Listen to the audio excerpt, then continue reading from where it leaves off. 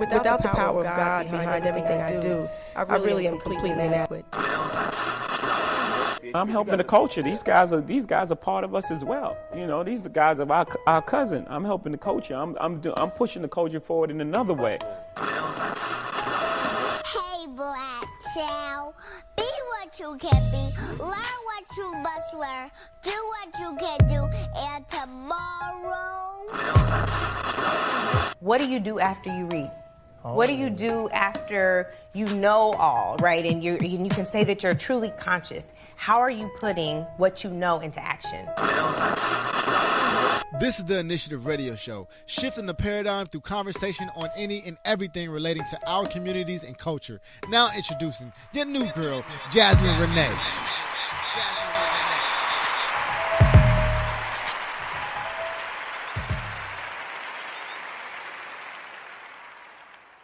Hey, good morning. It's your new girl, Jasmine Renee. I'm back at the studio. Glad to be here. It seems like the week goes by so quick, but happy to be here as always.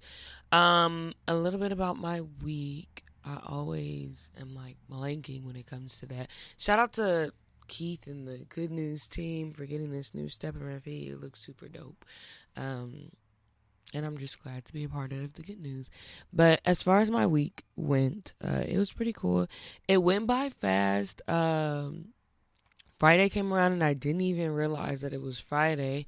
So that was cool. Last night we had a Friendsgiving for Peace of Mind, which was cool. We ate and kind of just hung out and stuff. So that's dope. And then, getting back to work after having a week off was pretty cool.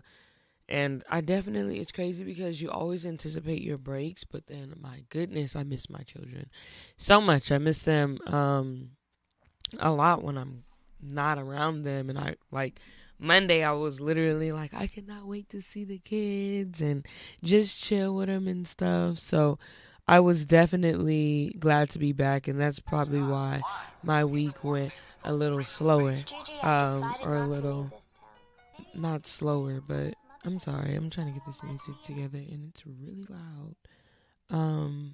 But yeah, the week went a little smoother than normal. But yeah, I'm just trying to get this music together. It's really loud in my ears, so I'm gonna turn it down a little bit. If you're listening, let me know if the music is actually loud or if you can hear it, because it's super loud in my ears. But yeah, so like I was saying, so the week went pretty smooth, and I was just happy for the weekend, but then I'm not dreading going back to work on Monday either. But that's pretty much it. I'm trying to think, what else did I do? Had a meeting. Shout out to my girl Sade. It was her birthday. We had a meeting and her birthday was the next day. And shout out to my father. My dad, he doesn't like being called father. But my dad, his birthday was on Wednesday as well. So shout out to them and all the SAG babies that are, I think it's SAG season now. So shout out to all of them. And that's pretty much it. So Saturdays are always busy.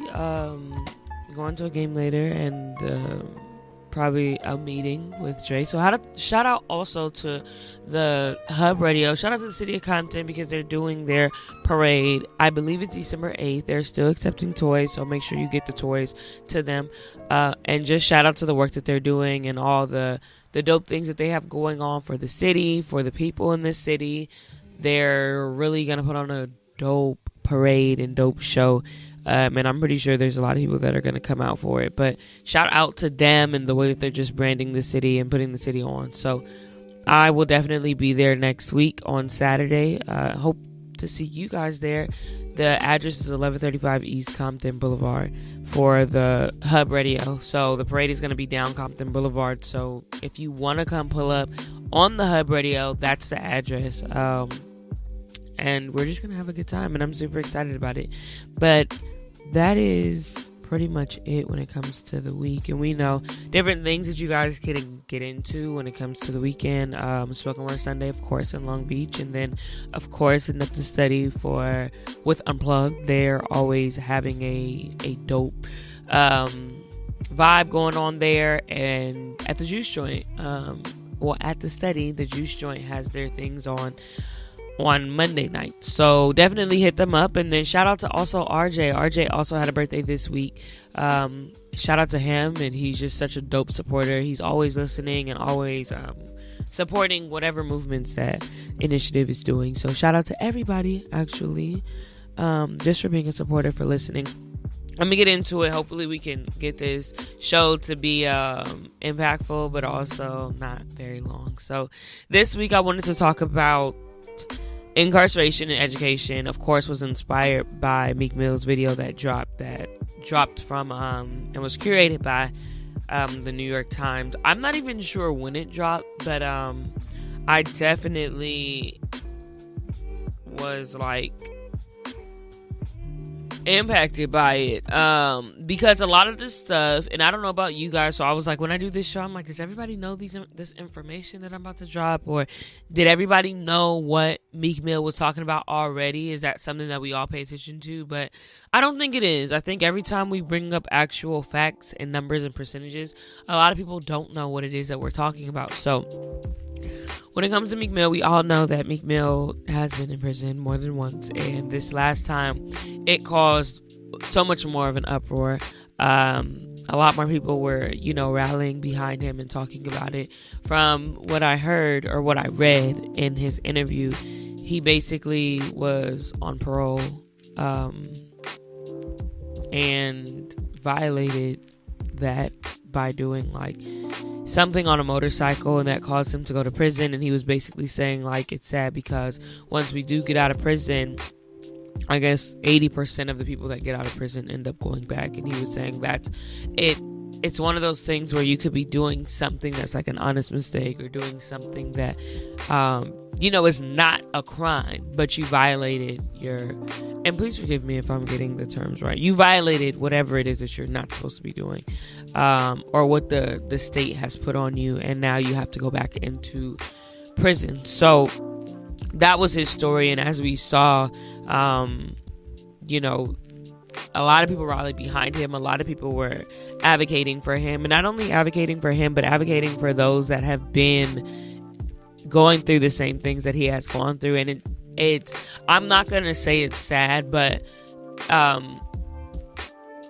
these things have been going on for a long time, and Meek Mill wasn't the first of them. And I know that there are a lot of people that are behind the scenes that are also advocating for it a lot, but it's time that we wake up. That's what I will say. It's time that we really wake up. And if it takes Meek Mill, a rapper and a celebrity, going to prison for something that was completely absurd, then I'll take it. I'll take us opening our eyes, whatever way we can. So I definitely appreciate the fact that Meek Mill is standing up, that he is using his platform to bring awareness to something that affects the Black community on so many levels. And just kind of listening to his video that he dropped, if you have not listened to it, it's an opinion piece by the New York Times, and just type in Meek Mill, and I forgot the title, but it's something about rights. So if you just type in Meek Mill New York Times, it should come up. It's like the second link that pops up on Google. But just listen to it. It's a little over 3 minutes, and I've watched it a few times, and kind of I've never really been a fan of Meek, and never, I downloaded the album. I haven't listened to the whole thing, but of course listen to what's free. But I haven't really been a fan of his, but I can say I'm a fan of right now the movement that he's trying to push. So I'll probably be talking about him a lot more as of late, or in the near future, I should say. But some things that he mentioned, I'm going to get to that. Some things that he mentioned in the video was just basically, he talked about just the injustices, and he basically switched the Miranda rights. And was talking about how they're different and what he was and talked about it in a way where it's like, this is what they tell you, but this is what it is. This is the reality of it. Yeah, they tell you that you have the right to be silent, but he's basically saying like, you have the right to remain silent, and he's like, you actually have the right to be silent. And he goes in on that, and he's talking about being doubted and being interrogated, and how the color of your skin is actually, and it will be used against you, and how black people are incarcerated 5 times more often than white people that are convicted of the same exact crime. And that was one of the lines, like, when the first time that I heard it, that really stuck with me, where it's like, we're really over criminalized. And the reason why I also brought in education was because, like, this happens in the schools too, and it's to the point now where there's a statistic. Let me read the statistic, where of all the African American men that were born after 1965 with less than a high school diploma, 60% of them have a prison record, and have been sentenced to at least 2.5 years. And that, to me, makes it seem as if the lack of education means that you will go to prison, and that is not factual at all. Those are statistics, yes, and I guess at some point in time we do have to agree, like, that is what happens, yes, but a lot of the times I think it's targeted. I think we as a society value higher education and getting a degree more than we value the actual person. We value a piece of paper or a title more than we value the actual person. And all in all, even if you drop out of elementary school, you can still make it in life. You can still be someone. There are still methods of ways that you can be educated. There are still ways that you can be impactful to the world. And I think this is not a direct correlation of black men that are not educated will end up in prison. I don't think this is what this is. I think it's definitely a target. I think it's one of those things where, like, if you're struggling, if something is happening and it's not going your way in life, it's one of those things where you kind of are a target. And what's even crazier is, even if you do have an education, you still are at risk of being killed. You still are at risk of being put in prison or being wrongly accused of something that, you know, of course you didn't do. And I'm not gonna sit here on this show and act like, oh no, you know, black people, we're just perfect and we don't commit crimes. We do commit crimes, but so does everybody else. It makes no sense that we're being put in prison at a rate that's 5 times higher than our counterparts, the people that we are walking around with every day. It makes no sense that, you know, black and white people are doing drugs at the same rate, but black people are being accused of it more. There are way more, or not being accused of it more, but they're just being arrested for things way more. They're being assumed to have these drugs. And it's crazy because when you look at this number of how many black people are in prison, there are so many of them that are being wrongfully accused. There are so many of them that are in there and have not gotten the dates that they needed, or have not even been have not even seen a judge, and they're just basically sitting. So that's something that we have to look at. And another thing that he brought up was that 80% of the people that are in most of these communities, like the black communities or the Hispanic communities, they can't afford an attorney. So you're basically given someone that's an employee that basically gets a check if you do go to prison, and not like that, but they're being paid by the same system that's incarcerating you.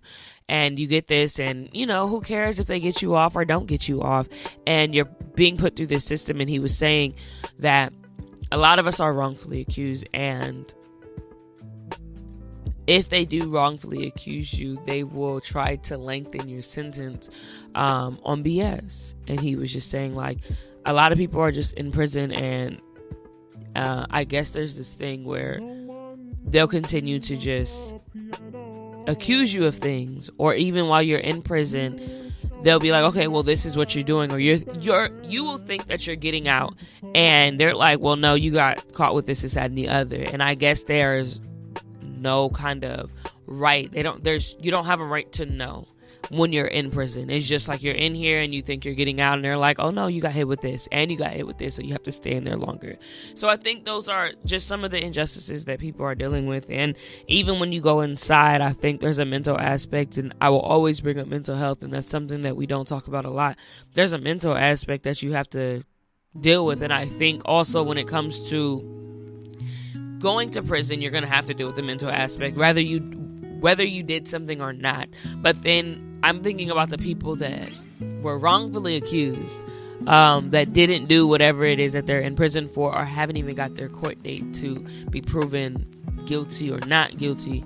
How do you cope with that? I think there is some type of accountability that has to happen for the actual criminals out here that are doing these crimes. You do have to, acknowledge, okay, I did this, so I need to serve my time. Yes, I do not agree with the way that people are treated in prison, but I think at some point in time, this is just the way that America is, that you have to serve your time. And I'm not saying that the treatment is something that we have to accept, but you have to accept the fact that you have to do time. But I'm right now speaking about the people that, are wrongfully accused, that know without a doubt that they did not do whatever it is that they're in there for, or the time that they served does not match the crime that they did. I think that's a different mental thing that has to take place. And it's something where, like, it makes you just want to pray for those people that are there, and just go like, God, I pray and I hope that they are able to, like, withstand. I hope that they're able to just get through it. And it's sad because as much as we fight and as much as we bring awareness to these things, things don't get changed. Things really do not get changed. And it's just one of those things where, like, you become hopeless in a way because you live in America, and America has not been set up for us at all. Like, America has not been set up for us in no way, shape, or form. And we try, as Black people, we definitely try to make a difference. We try to get things on the right track. And even as it stands, like, there are negative Black people, I understand that, but there are negative people all over the world. There are negative people in every single culture, and it kind of gets to the point where we have to, like, we need to be seen as people. And I don't think I know that's not happening. And people, this is something that I've been thinking about writing for a minute on Instagram, and just kind of making a post about it. But so many people, and I understand, like, there's a lot of people who jokingly will call me racist. There's a lot of people who jokingly will say, like, oh, you don't mess with white people, you don't mess with Black, or you only mess with Black people, whatever. But there are a lot of people who genuinely, like, have this disdain in their heart when it is that I'm talking, because they feel like I am racist, or the people that I rock with are, or even when I'm having different conversations with people, they're like, oh, that's a racist mindset.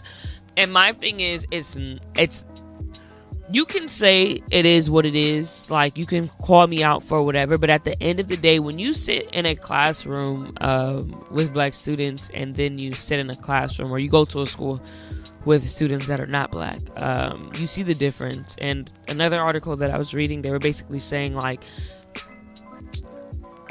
that money follows and resources follows white kids because they feel like they'll get more out of it. And when you see that our kids are basically being treated unjustly from kindergarten on up, it will make you, quote unquote, not racist, but angry and upset, and it'll make you want to fight solely for the betterment of our Black children. And that's kind of where I come from with my passion and stuff. It's just like, I see it, I understand, and it needs to be a change. And it makes you want to fight even harder, because a lot of the times, like, they don't expect our children to do well. They don't expect our children to do great. They don't have these expectations that they have for the white students when it comes to our students. It's just one of those things, like, hey, you're Black and you're in America, and you probably won't be anything. And it's so sad that there are so many people in education that feel like that about our students, that feel like they just cannot do anything.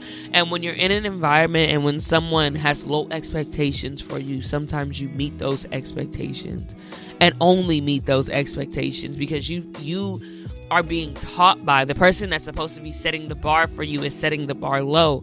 So it's just one of those things, like, our kids know what's up. Our kids know. And if you're an educator and you're setting the bar low for our black students, you're doing us a huge injustice. And it's crazy because it's like you start from when you first hit, you know, the education system, and it literally does not get better. It doesn't get better at all. And then you have this statistic where 80%, let me get it right before I just start reading it. My notes are like all over the place. Anyways, 60% of the men that, African American men that were born after 1965, you have this thing where, or the statistic where 60% of them have been accused of something or have a prison record. And it's like, okay, so when does life switch for black men, for black boys? When does it get to a point where America is for them, or the systems that are set up are actually for them? Because you even think about special education. We have a lot of black boys in special education, and they're not being treated the way that they should be. A lot of them are being looked at as bad and horrible. And I do understand that. I was having a conversation, and autism is something that our parents didn't really see. Our parents and our grandparents didn't, you know, it's unfamiliar to them, but it is something that is very prevalent, and it's a thing. And when you see these kids and you see our boys that have this thing, you're just kind of like, okay, you know, how do we help you become better? And I was also reading another article where a lot of black educators, not black educators, a lot of educators in general, they did a study, and they were asked to basically label how they viewed certain actions done by certain kids of all races, and how they viewed certain people of all races. And they were shown pictures, and they were shown videos, and they were like, is this hostile or is this not? Majority of the teachers voted for hostility for the black examples. And that, to me, is just a representation of the world. That's why we have so many black people in prison. It's one of those things where it's like, it's kind of sad, and you kind of, like I said earlier, you kind of feel a sense of hopelessness, because where do you start? Who do you tell? Like, oh no, well, they're not, you know, hostile. That's not what it is. If you understand them, then you'll know this is how things are, or this is what they're actually doing. Not that hostility is the way to go, but this is what that is. What you're looking at, just because you don't understand it, it does not mean that it's something negative. It just means that you don't understand it. So it's kind of like, where do you start? Where do you start when it comes to the prison system? Because there's so many people, so many black people that are in prison. There are 34% of black people are in prison. And that's crazy. That's so crazy. It's just crazy to me. But I'm going to look at these comments. Shout out to Kirsten. She said, good morning. Good morning to you too. She said, I have a cousin that went to jail innocent as a teen, and they didn't let him out until the age of 25.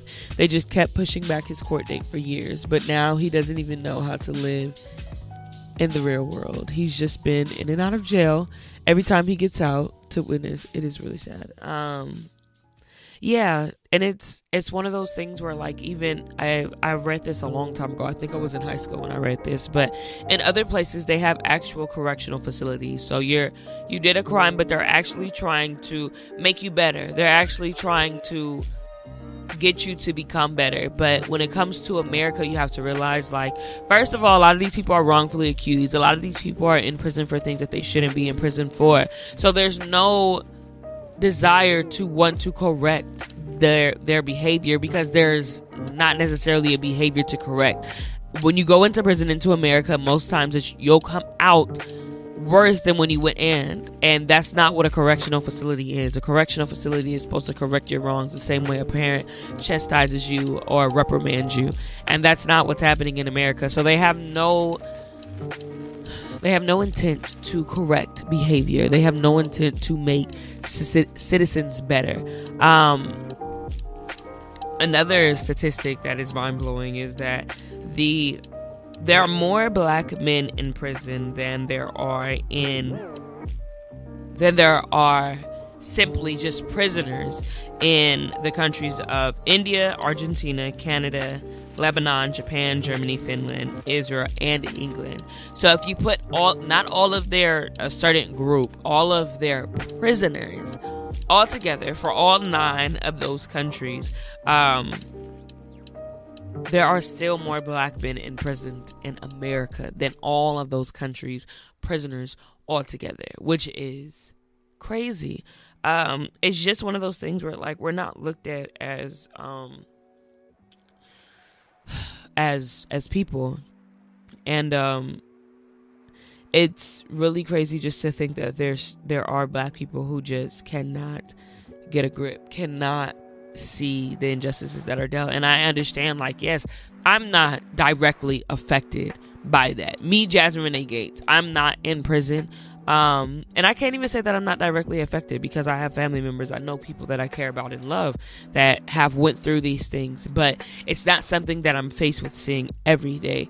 But I think about it a lot. And even reading or listening to the Meek Mill video, it was just one of those things where it was just like, you can't not pay attention to it. As a black person, you can't not pay attention to it. And I think there are even black men who feel like, oh, well, that's not me, that's just them. But it's like, it could be you. Even when it comes to, the Trayvon Martin stories or the Mike Brown stories, and it comes to those things, I still don't understand the people that have this mindset like, oh, you just do this, this, and this, and then you don't get killed by the cops. I don't understand that. Because it can honestly be you. I don't think at any point in time did these people's families or did these people that have died, I don't think Sandra Bland ever thought like, oh, I will die at the hand of police while I'm in prison or wherever I'm at, in wherever. I just don't think those people thought that. I don't think their family ever thought like, oh, you might be shot and killed by a police officer. And that's what I'm just trying to get people to understand. Like, it could be us. It could be the person that you love, because we see that America don't care about us at all. They don't. And even recently, those pictures about, well, they're not about anything, but the white boys actually that are holding the posters that were basically saying like, we don't want niggers in our school, or, get these niggers out of here or whatever. That was recent. I think it was like 60 years ago. And there are people who are still living that went through those times. And to me, it's like, a lot of us have fought for integration. A lot of us have fought for the right to sit down with white people. But at the end of the day, I kind of don't understand it. And as I'm getting older, it's kind of one of those things where it's like, why are we fighting so hard to sit with people who are trying so hard to push us away? I think it's one of the most redundant things where you're asking someone to be your friend and they clearly keep shooting you in the back. We're constantly asking to have seats at tables where people constantly disrespect us, and people constantly do not take us into consideration. And it's one of those things like I don't want to make it seem like, oh, being black in America is just the worst thing in the world, because it's definitely not. I think being black is one of the best things, and I think the fight in us is something that really pushes us to the next level. It really has progressed us. We have progressed as a race more than any race has ever. So I really love being black, but I do feel very sad for the way that we are treated, for the way that our children more so are treated here in America. And another thing that comes up when it comes to education, and prior to even getting to incarceration, is how are our children being educated? And people talk negatively about charter schools, and I am one of them for sure. People talk negatively about the public school systems, and they're like, oh, don't send your child there.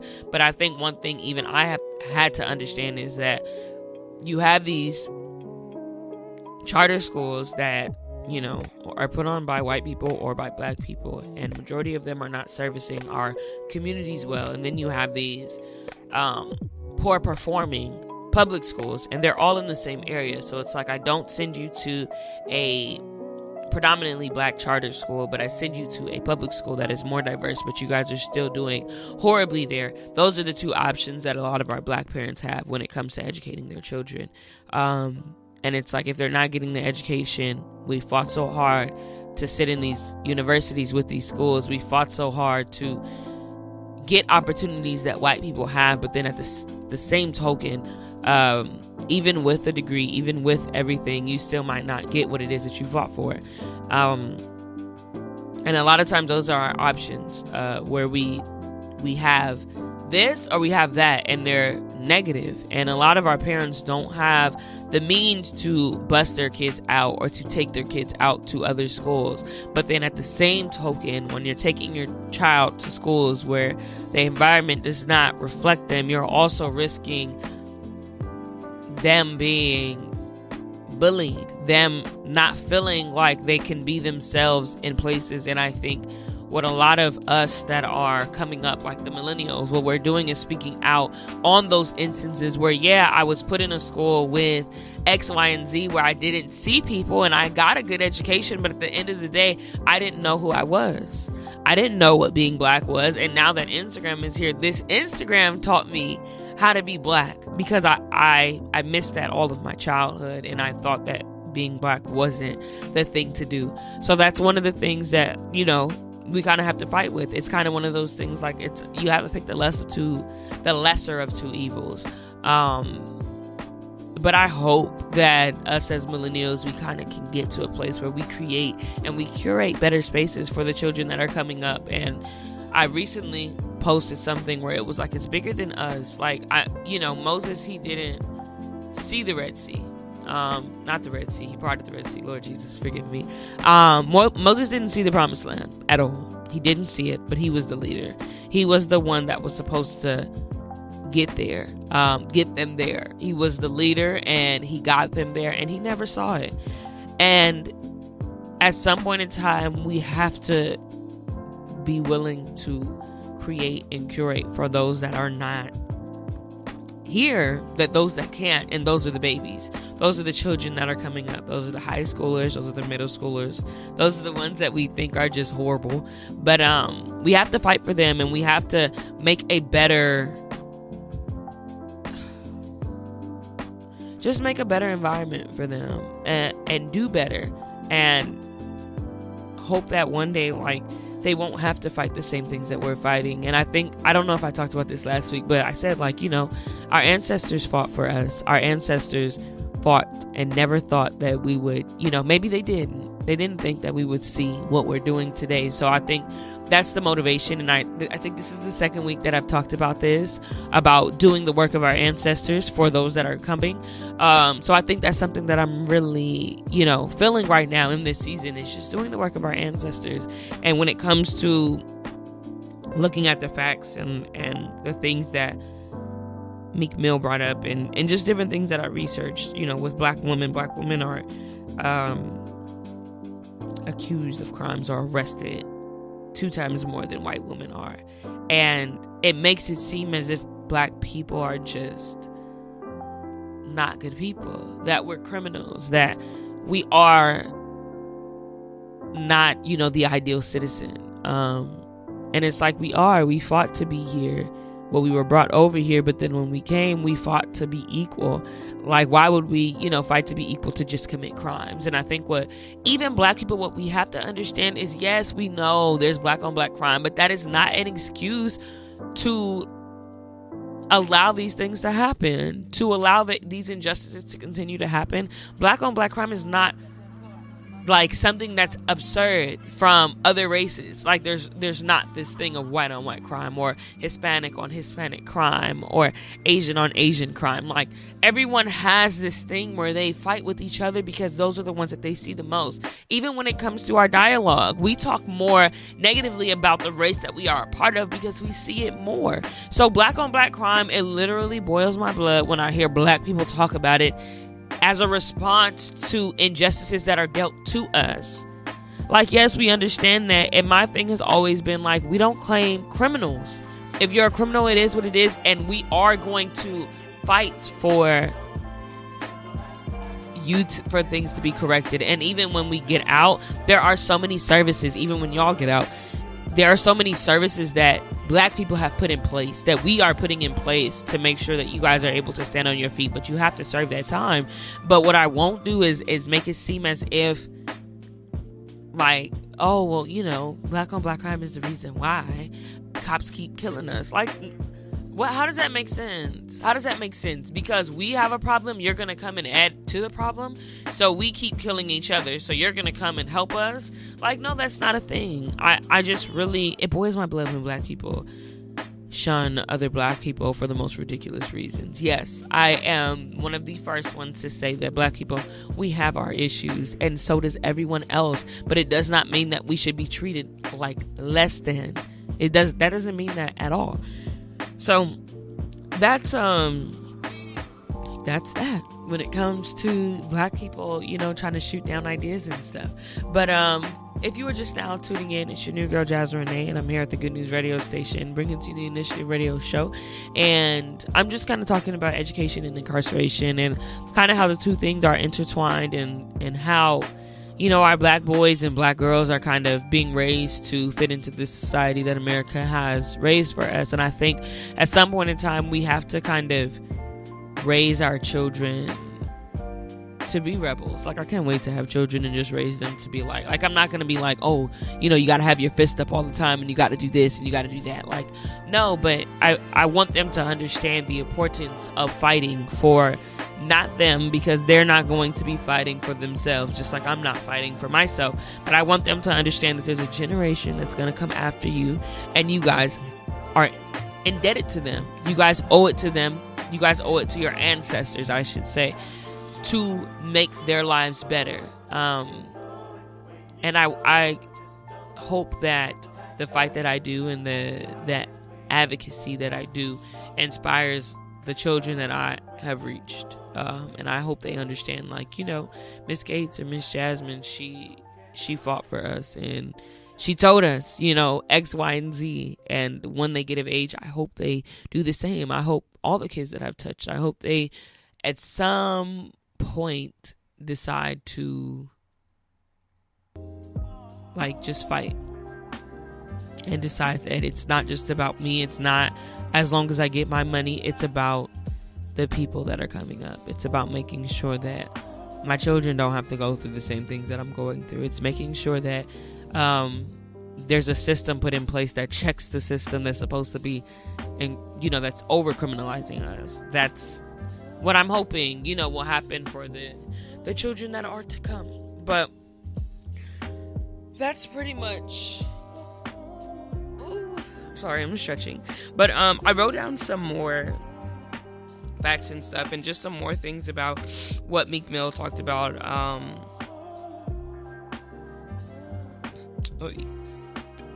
So he basically was just saying, you know, 47% of Black people are 47% of the wrongly convicted.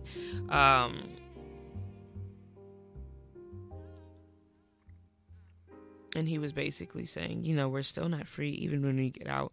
He said ex-cons can be denied bank accounts, mortgages for houses and stuff, and jobs. And then also there's the thing where, you know, they can be denied the right to vote.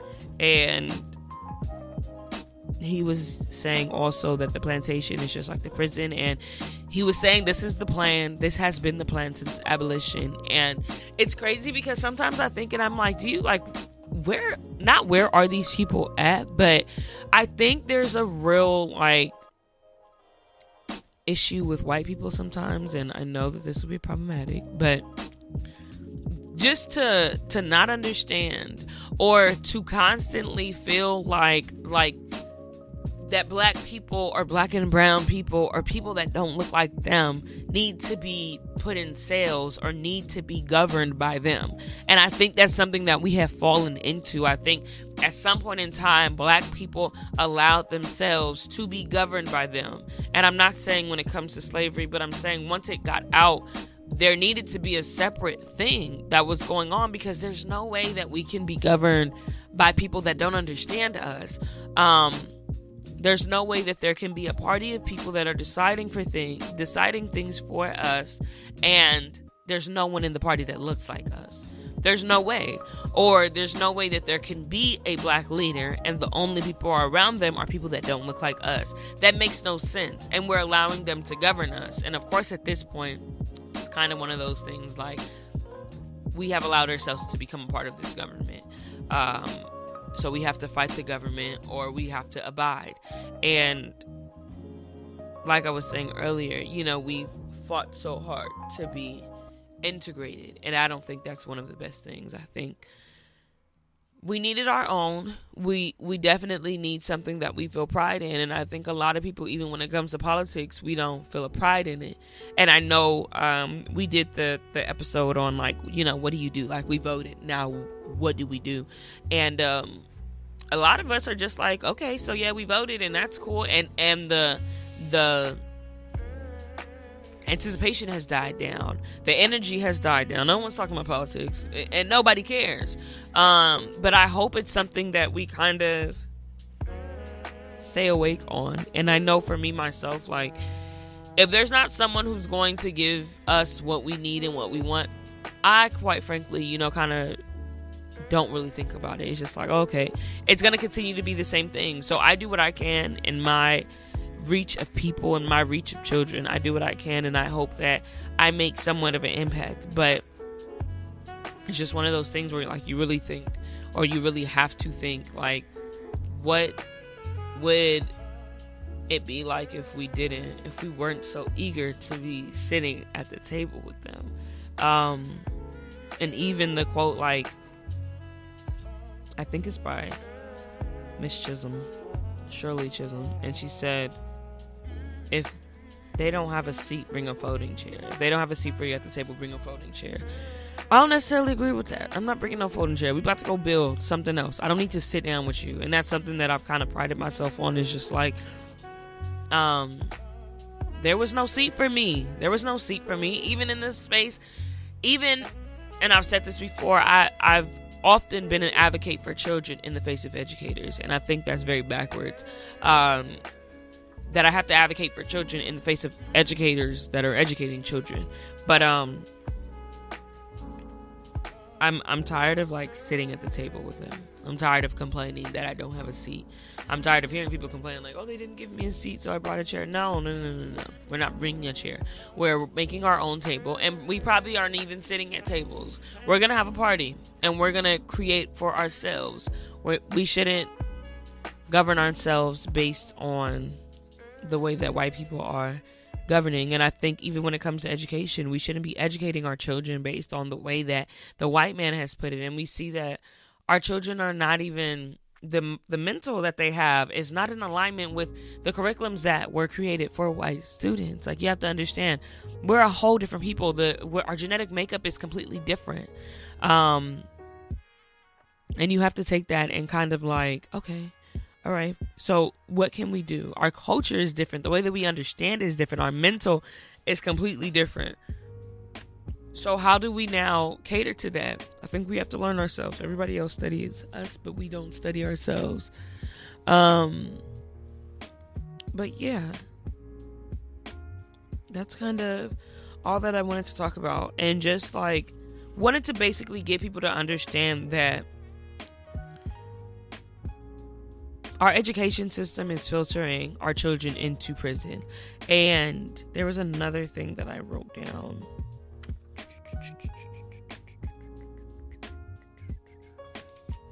There was another thing. It was basically something along the lines that since 1960, I think, until 2015, that the whatever, I forgot the number, and please forgive me, but there is a very high rate of, the rate has increased, I should say that, by a whole lot since like the 1960s there. And that's also talking about the war on drugs and how so many more people have been put in prison since then. Excuse me. And another fact is also that if Black and Hispanics were incarcerated at the same rates as white people, the population of people that are in prison would drop 40%. And I'm like, that's insane. That if they were, which I'm pretty sure we're not committing more crimes than white people. And I'm not saying like no shade to white people, but I'm just saying in general, I don't think we're committing more crimes. I don't think so. I think it would be pretty even if we were looking at things at a whole, and fairly. But for it would drop almost 50%. So I think, I'm not even sure, because I was gonna say, okay, I think I do have from 1980 to 2015. Okay, this is the fact. From 1980 to 2015, the prison population rose from 500,000 to 2.2 million. That's insane. Like, that's a lot. And then, so we're at 2.2 million. So if Black men, Black and Mexicans altogether, Hispanics, I'm sorry, if they were incarcerated at the same rates as white people, it would basically drop to 1 million. So there's 1 million people that have basically maybe are wrongfully convicted that probably shouldn't be in prison. Or I wonder if it was looked at fairly, would more white people be in prison? I want to know, like, what would be the trajectory if everything was looked at fairly. I just am taken aback by these numbers. And then also when it comes to Black children, like I said, our education system is a filtering system into the prisons. Black children represent 32% of the children that are in prison. And that's just so sad, like I said, that these statistics are the reasons why I fight so hard. And actually being in the schools and seeing different things, and I've been to quite a few different schools, and have just seen how things run differently, and seeing how willing people are to give other people chances. And when it comes to our children, it's just no. It's a no-go. And I even have to look at myself, where it's like, you do get irritated, but for one, I do not give up on my kids at all. I do not give up on them. And I do get irritated with them, and I do tell them, like, if you don't get this together, you will end up in a prison cell, because that is factual. But one thing I am also there for is to praise them and to help correct behavior. And I feel like that I can speak the way that I speak to them, because I'm also there to, I tell them all the time, like, I'm gonna tear your ego down, and I build spirits. Like, that's what we do here. We build spirits, but your ego cannot reside here. Your ego, based on false narratives, cannot reside here. And I tell them that, like, it's extremely hard to teach egos, but your spirit will be uplifted, and you will know that you are capable. So that's just something that I deal with. But yes, our education system is a filtering system into the prison, and the same people are running it. The same people are running it. And another fact is, $81 billion I think in the course of like 2 to 3 years were spent on prisons, and that is triple the amount that was spent on the education system from K to 12. Actually, I'm sorry, not 3 years, 2 to 3 years. It was the 30 years. In the past 30 years, I'm so sorry I butchered that whole thing. So in the past 30 years, $80 billion was used for the incarceration system, and all the wrongs that are being dealt in that system, and that tripled the amount of money that is being used on the children and the education system K through 12. So that's just It just goes to show you that people are willing to spend money on you riding in a sale, but when it comes to education, it's not the same thing. And education should be free. It really should be. But it is what it is, and we will fight, and we will continue to fight. Kirsten is in the comments again, and she said, I'm not begging for no seat at a table created by or controlled by the white man. Yeah, it's just one of those things where, like, this is the seat at the table. This is the table, and when you have this seat at the table, $81 billion is given to you riding in a cell. But that money is not. So what is that, about 25 billion is dedicated for students, but we can find 81 billion to give to prisons, and you want me to sit at this table for what? Like, this is already planned out. And I'm pretty sure in 3 more years we'll have even more unresting facts. So it's just one of those things that I hope, if you're black and you're listening and you feel like, oh, there's not a problem because you don't see it or it's not directly affecting you, I hope that you listen to this, and I hope that you do your own research, and I hope that you understand that if you don't have kids, or if you do have kids, that your children will be affected by this. And even if you take them out of these institutions, or even if you decide to homeschool them, I think homeschooling is actually a good idea. Please understand that no one is exempt. No black person, I don't care how much money you have, no one is exempt from this. No one is exempt from being wrongfully treated. We are black, and we are in America. And before they see who you are as a person, before they see your heart, they see the color of your skin, and best believe they have a perception of who you are. So we need to definitely get to a point where we fight for ourselves, where we fight for those, that even the ones that we don't see. And it's not a racist thing. It might come with a little bit of anger, and it might come with a little bit of hostility, but please understand that our children are at risk of, their lives are at risk, I should say. Our black men, their lives are at risk. Our black women, our lives are at risk.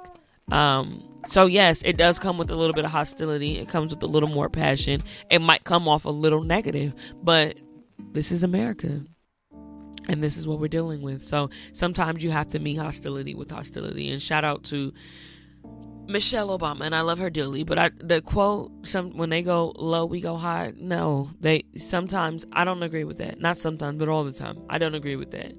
It comes to a point where we have constantly went high after their lows, and it has brought us to this point. Yes, we have progress, but at the end of the day, like Meek Mill said, this has been a plan since abolition, and we feel like, oh, we conquered, we got over slavery, but we're mentally going through things that we shouldn't have to be going through. We're still begging to be sitting at this table when they constantly go low. It doesn't make sense to me. So no more going low. No more going high when they go low. You want to meet someone low? Let's do it. And the crazy thing is, even when we go low, we can still do that with class. Even when we dip our heads, we can still do that with a level of some kind of grace. So that's the motto. We're not going high anymore. We're meeting them where they are. Let's meet you where you are. You want to do X, Y, and Z? Okay, we got something for you. Let's do it. Because people have taken black people's forgiveness, and I think our forgiveness is a beautiful thing, but it has also turned us into cowardly people. And I hate to say that, but it has. It has turned us into people that are just okay with living in our houses and living how we live, and thinking that the state of black people is good. It's not good at all. We need to fight. We need to really fight. So that's pretty much it for today. I hope you guys got some good information out of me for this show. Shout out to Kirsten for being in the comments. Make sure you listen to Never Not Extra at 7:30. At 7:30, right, Kirsten? On the Good News radio station. On the app, if you're listening, it's the same app, but open it up on Tuesdays and you will see them. But shout out to them, you and Moni, for doing your thing. I definitely appreciate y'all voices every time that I get a chance to listen. But yes, I definitely agree with your comment. It don't matter what kind of nigga you are still a nigga. I don't care what it is that you do. I don't care. It's at 8:30, I'm sorry, but I don't care what it is that you do. I don't care what money you have. You are still a nigga. And that's just what it is. So we have to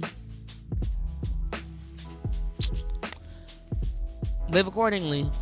We wanted a seat at the table, and this is what having a seat at the table looks like. So I think we should start retracting the things that we say. But this is what a seat at the table looks like. It looks like being treated negatively and wrong, and having our children being filtered into prisons.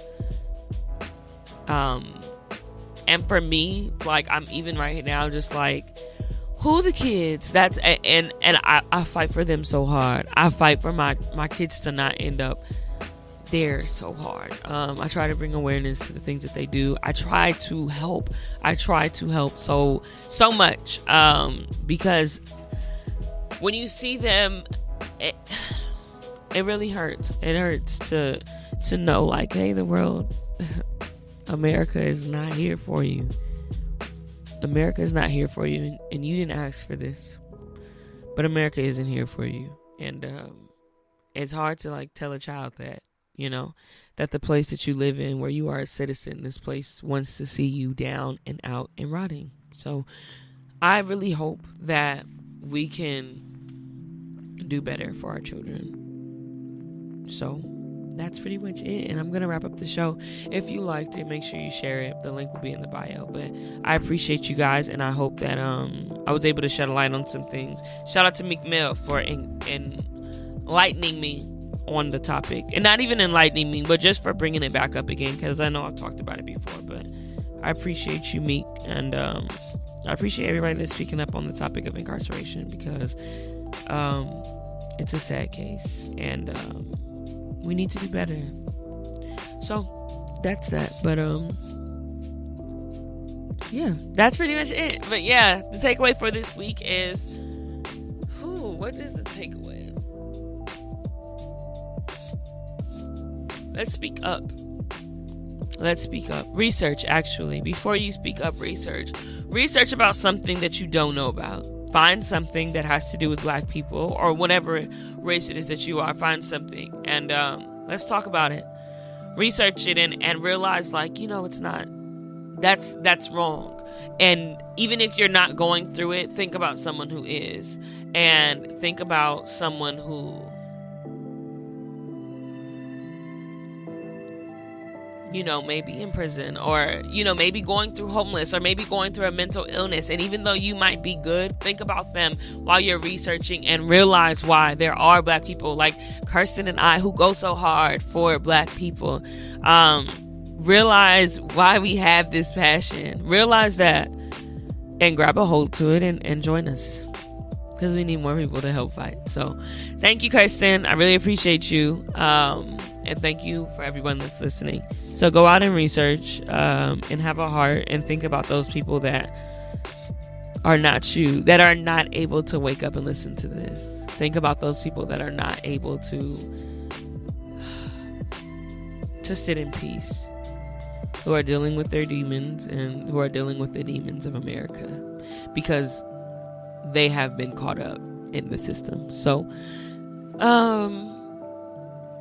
if you are one of those people and you are listening, whether you're in prison or not, or whether you are still dealing with the ramifications that prison dealt to you, we're here for you, and this is a safe place for you. And let me know, like, how can we help? What are other ways that we can help that population? So that's that. I'm signing off, and I appreciate every single listener. I appreciate all that you guys, all the support that you guys show me. I have some big things coming up, and I'm so happy. I'm so elated.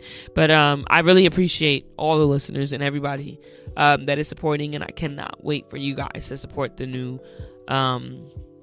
endeavor that I have coming up. So shout out to all of you guys. God bless you guys, and I hope you guys have an amazing week, an amazing weekend. Remember to rest, remember to love, and remember to find peace in what it is that you're doing, and be grateful. Okay, bye.